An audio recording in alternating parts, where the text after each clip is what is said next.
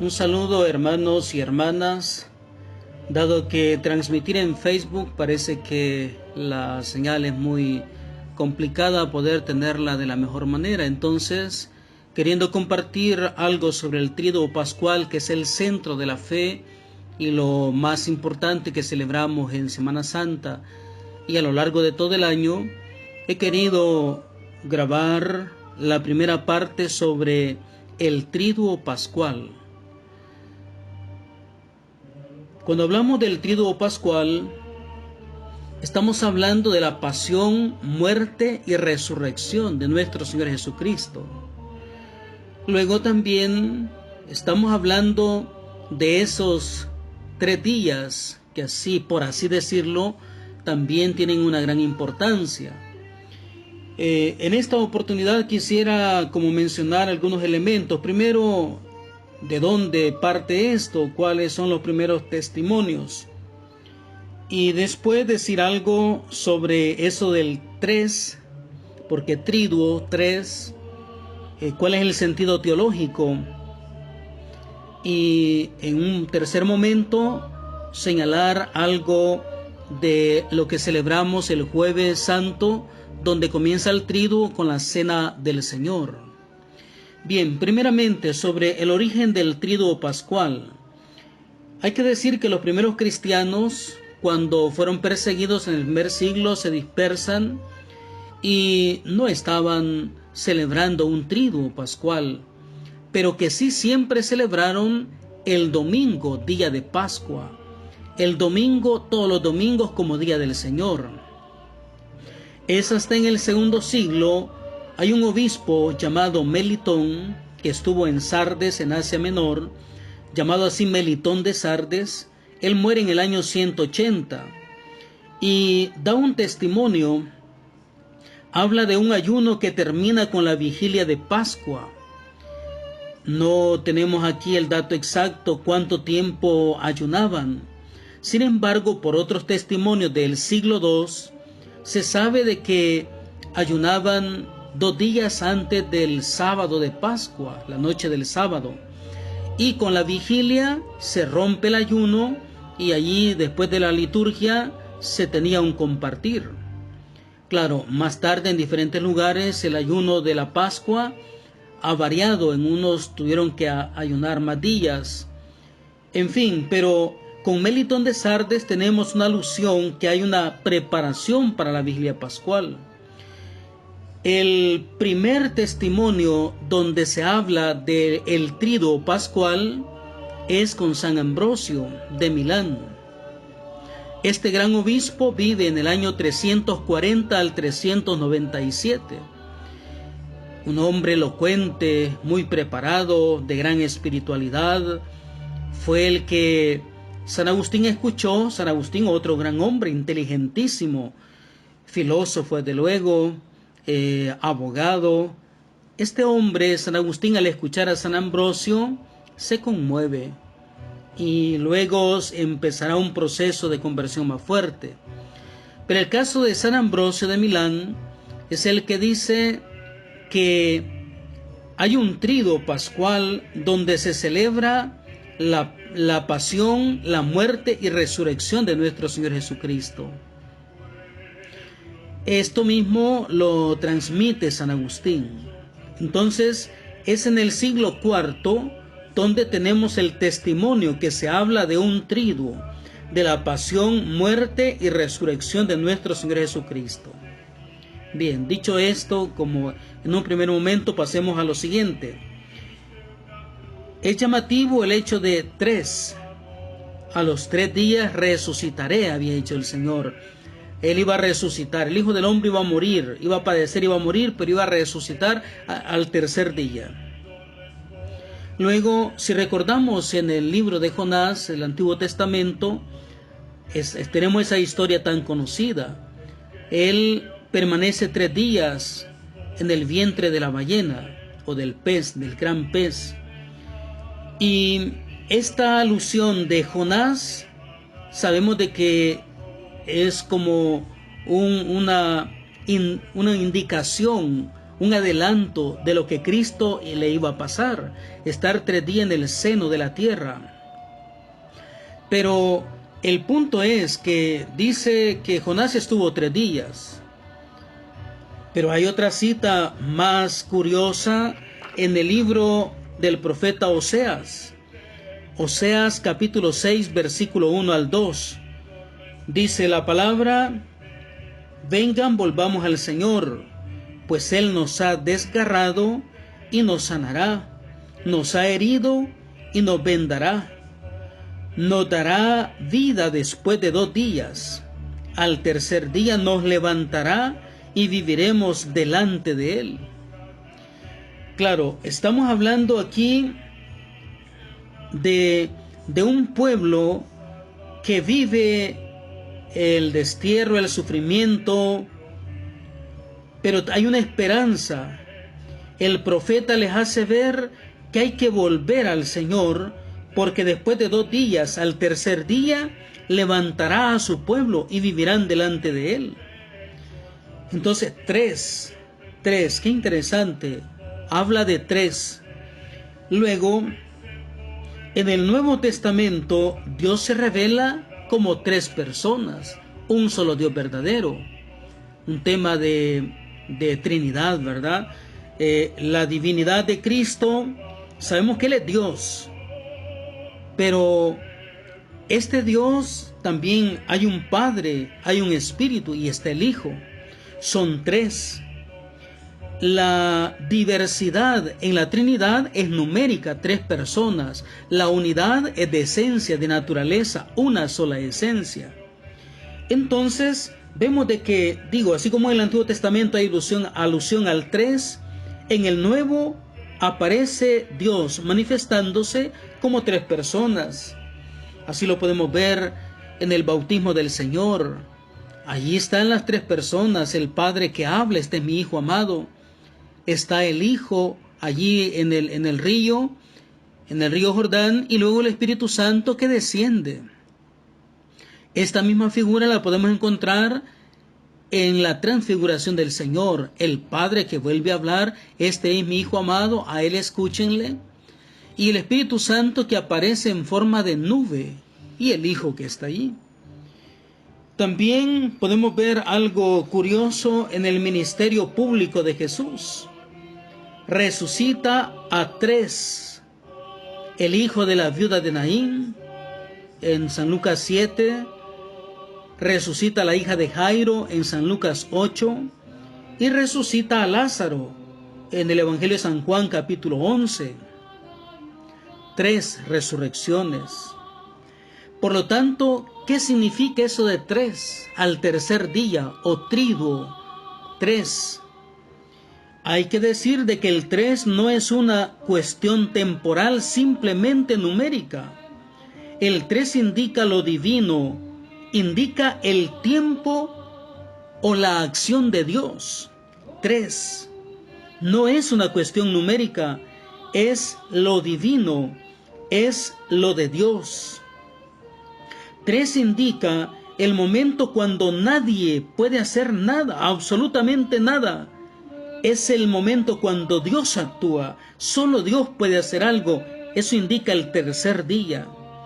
El tercer día es el tiempo de Dios, es el momento cuando solo Él puede hacerlo, puede salvar, puede devolver la vida. Solo Él puede devolver lo que nadie puede dar. Y tenemos que ver que esta acción de Dios al tercer día, Jesucristo siendo Dios, pero como Hijo, también se somete a la acción del Padre. Decir que resucitaría al tercer día, y de hecho resucitó al tercer día, es que Él dejó que el Padre lo resucitara, que el Padre actuara en el tercer día. Este es lo grande. Hay un teólogo muy famoso del siglo XX, sacerdote jesuita, von Balthasar. Por eso él va a decir: la gran obediencia de Cristo no llega hasta la cruz. Fue obediente hasta la muerte, decimos, Pero este teólogo llega a decir, no, la última obediencia de Cristo fue dejarse resucitar por Él. Esta es la última obediencia, dejar que el Padre actúe en el tercer día. 3. Dejar que el Padre resucite al Hijo. Esto es algo tan grande. Muchas veces nosotros ya no podemos hacer nada, ni decir nada. El tercer día es el momento de la pasividad recreativa, porque no podemos hacer nada, pero Cristo, Dios, lo recreará todo. El tercer día es el día del silencio. Ya no tenemos nada que decir, pero el Padre tiene una palabra todavía. Por eso digo qué importante es que tengamos claro esto en estos días que vamos a entrar al Santo Triduo. Hay cosas que no entendemos en nuestra vida, en la situación del mundo. El tercer día lo esperamos, es el momento del Padre. Luego, finalmente, decir unas palabras. El jueves celebramos la institución de la Eucaristía, gran acontecimiento. También celebramos el día del sacerdocio, porque Cristo dijo a los apóstoles, sus primeros sacerdotes, ¿verdad? Hagan esto en memoria mía. También tenemos el mandamiento del amor ese día. Bien, entonces, el día jueves que recordamos la institución de la Eucaristía, quiero traer a consideración unas palabras de San Juan Pablo II en Eclesia de Eucaristía, en el número 5, dice el gran santo, en este don, refiriéndose a la Eucaristía, dice, Jesucristo entregaba a la Iglesia la actualización perenne del misterio pascual. La Eucaristía, de hecho, pues cuando Jesucristo la instituye, está diciendo, esto me va a pasar. Mi cuerpo lo estoy entregando ahora en el pan y mi sangre en el vino. Ahora son cuerpo y sangre de Cristo. Es un adelanto de lo que Él hará en la cruz. Por eso el Papa San Juan Pablo II dice que en la Eucaristía Jesucristo entregaba a la Iglesia la actualización perenne del misterio pascual. En la Eucaristía tenemos el misterio pascual. Entonces, con Él instituyó una misteriosa, y este término es muy interesante, una misteriosa contemporaneidad entre aquel triduo y el transcurrir de todos los siglos. Pongámosle cuidado, en la Eucaristía, en ese misterio pascual que encierra la Eucaristía, hay una contemporaneidad. Lo contemporáneo, lo de tiempo. Pero contemporaneidad quiere decir como un tiempo prolongado que hoy es también aquel tiempo. Es la permanencia del tiempo, es el hoy también. Quiere decir que en la Eucaristía, cuando nosotros la vivimos, nos metemos, en la Eucaristía nos hacemos contemporáneo a Jesús y los que vivieron con Él. Es como si verdaderamente en persona estuviéramos ahí cuando Cristo estaba instituyendo la Eucaristía. Esto es mi cuerpo, esta es mi sangre. Una contemporaneidad. Agrega el santo, dice, el sacerdote pronuncia estas palabras, o más bien, pone su boca y su voz a disposición de aquel que las pronunció en el cenáculo y quiso que fueran repetidas de generación en generación por todos los que en la Iglesia participan ministerialmente de su sacerdocio. El sacerdote solo presta su voz y su boca. Es Cristo el que sigue pronunciando, esto es mi cuerpo, esta es mi sangre. Jesucristo, pues hermanos, ese día jueves que iniciamos el triduo en la tarde, celebrando la Santa Cena, ha comenzado su pasión, ha comenzado a sufrir, y Él entrega la Eucaristía a su Iglesia. Y en adelante los apóstoles serán los encargados de poder celebrar este gran misterio. Sin sacerdotes no hay Eucaristía, y sin Eucaristía también no hay sacerdote. Entonces, hermanos y hermanas, el Jueves Santo, hoy no vamos a poder estar todos en una misa. Y aquí donde veo qué grande la misericordia de Dios de haberme llamado al sacerdocio, yo poder celebrar solo la Eucaristía, pero sé que lo hago con toda la comunidad. Estamos unidos todos, pero yo puedo celebrarlo, celebrar este gran misterio y comer el cuerpo de Cristo.